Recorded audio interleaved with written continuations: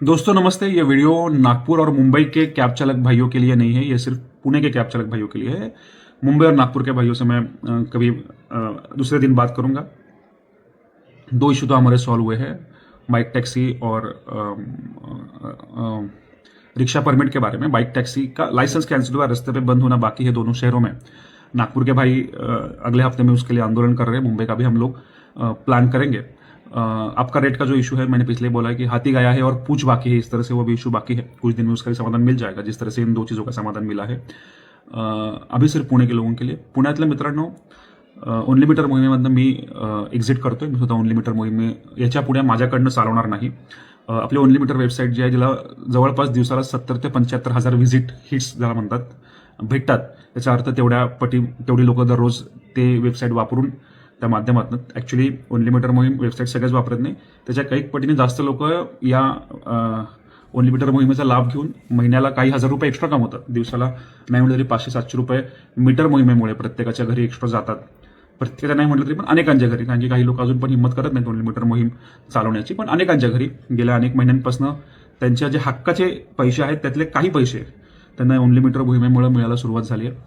तर ही only metre मोहीम मधनं मी एकजूट होण्यामागचं कारण असं आहे की एक दोन दिवसांपूर्वी मीटिंग पुण्यामध्ये झाली आणि त्या मीटिंगमध्ये ज्यांनी आयोजन केलं ते तर परके आहेत, त्यांच्याकडनं काही अपेक्षा नाही आहे।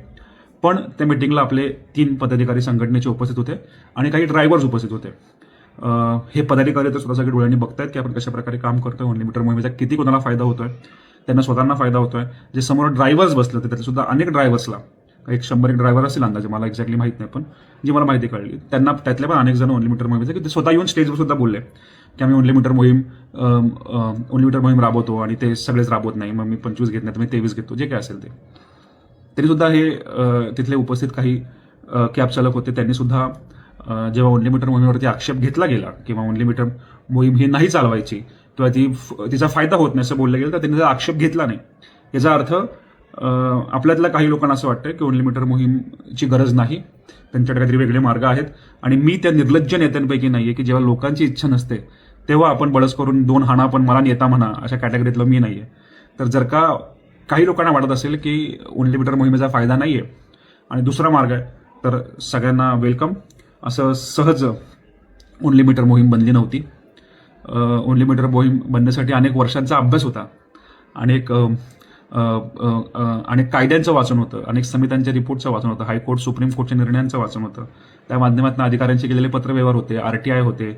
त्यामुळेच आपण या लेवलपर्यंत आलो की अधिकाऱ्यांनी कंपन्यांना बजवायला सुरुवात केली की तुम्हाला मीटर रेट द्यावे लागतील। अख्ख्या देशात ओनली मीटर मोहीम किंवा मीटर मोहीम कुठेच चालू नाही, ती आपण आपल्याकडे चालू केली पुण्यामध्ये। देशात काय, तुम्हाला सुद्धा जोपर्यंत मी ही मोहीम चालवण्यात गेली त्यातले तुमच्या सुद्धा एकालाही तुम्हाला मीटरप्रमाणे पैसे घेण्याचा अधिकार हे माहीत नव्हतं। तर तुम्हाला तिथनं सांगण्यापासून ते आज मीडियामध्ये तुम्ही जर का ओपन केलं तर प्रत्येक नागरिकाच्या तोंडावरती चर्चा आहे की जेव्हा हे ॲप्स आपण वापरतो तेव्हा कॅब चालक आणि रिक्षा चालक, तर त्यांनी ऑलरेडी लढाई रिक्षा चालकांनी पुण्यातल्या जवळपास 90% जिंकलेलीच आहे। पण कॅब चालक सुद्धा मीटरचे पैसे मागतायत, त्यांच्या मीटरचा हक्क काय आहे हे जाणून घेण्याबाबतीत मीडिया रिपोर्ट्स बनतायत। अनेक संपादकांशी मी बोलतो, अधिकाऱ्यांशी बोलतो, इन्फ्लुएन्सर्सशी बोलतो, त्यांना ओनली मीटर मोहीम समजावून आपली कायदेशीर बाजू काय आहे ते समजावून सांगतो आणि लोकांमध्ये हळूहळू बऱ्यापैकी या गोष्टीबद्दल एक ॲक्सेप्टन्स यायला लागला की लोक अनेक वेळा तर स्पेशली ITच्या भागामध्ये लोक स्वतः मीटरनुसार पे करतात। तर हे सगळे इथं आणण्यासाठी खूप खस्ता खावे लागला, तुम्ही डोळ्यांनी बघितलंय। पुण्यातनं मोहीम मुंबईला नेणं, राज्यव्यापी करणं, नागपूरला नेणं, तिथे आंदोलनं करणं, गुन्हे अंगावरती घेणं, उपोषणं करणे, बोगस फसवी उपोषण आहे तर खरोखरचं उपोषण, माझ्यातला जो फरक उपोषण पूर्वीचा मी आणि नंतरचा मी ह्या पडण्यामागचं कारणच ते की खरोखर त्या दिवसांमध्ये एक अन्नाचा कण सुद्धा खाल्ला नव्हता। 2 तास उपाशी राहू शकत नाही काही लोक। मी किती वेळ, म्हणजे तेव्हापासून चहा कॉफी सुटली, अनेक बदल तुम्ही लोकांनी बघितले। त्यामुळे जे काय आपण करतो ते प्रामाणिकपणे करतो आणि त्या प्रामाणिकपणाचं फळ करता करता आपण ओनली मीटरच्या माध्यमातून तुमच्या हक्कांच्या दरापर्यंत पोहोचत होतो। हे मी अनेकांना सांगितलंय की ती लढाई आपण जवळपास जिंकत आलोय आणि लवकरच तो विषय संपला असता। परंतु या सगळ्या गोष्टींच्या जर का मी मगाशी म्हटल्याप्रमाणे काही नाती असतात की ज्या नात्यांमध्ये एक व्यक्ती देतच जातो, मग ते नातं मित्रांचं असो, भाऊ बहिणींचा असो, भावाभावांचा असो, आई वडिलांचा मुलाचा असो, नवरा बायकोचा असो, कोणाचाही असो, त्यामध्ये जर का एक व्यक्ती कंटिन्युअसली देतोय आणि निस्वार्थीपणे देतच राहिला आणि समोरच्याला जर का त्याची किंमतच नाही राहिली तर ती नातं तिथंच संपतं। तर अशाच प्रकारे हे मला दिसतंय की सोशल मीडियावर सुद्धा आपल्यातल्या अनेकांनी त्या गोष्टीवरती आक्षेप नाही घेतला. या गोष्टी सोशल मीडियावर सुद्धा आल्या.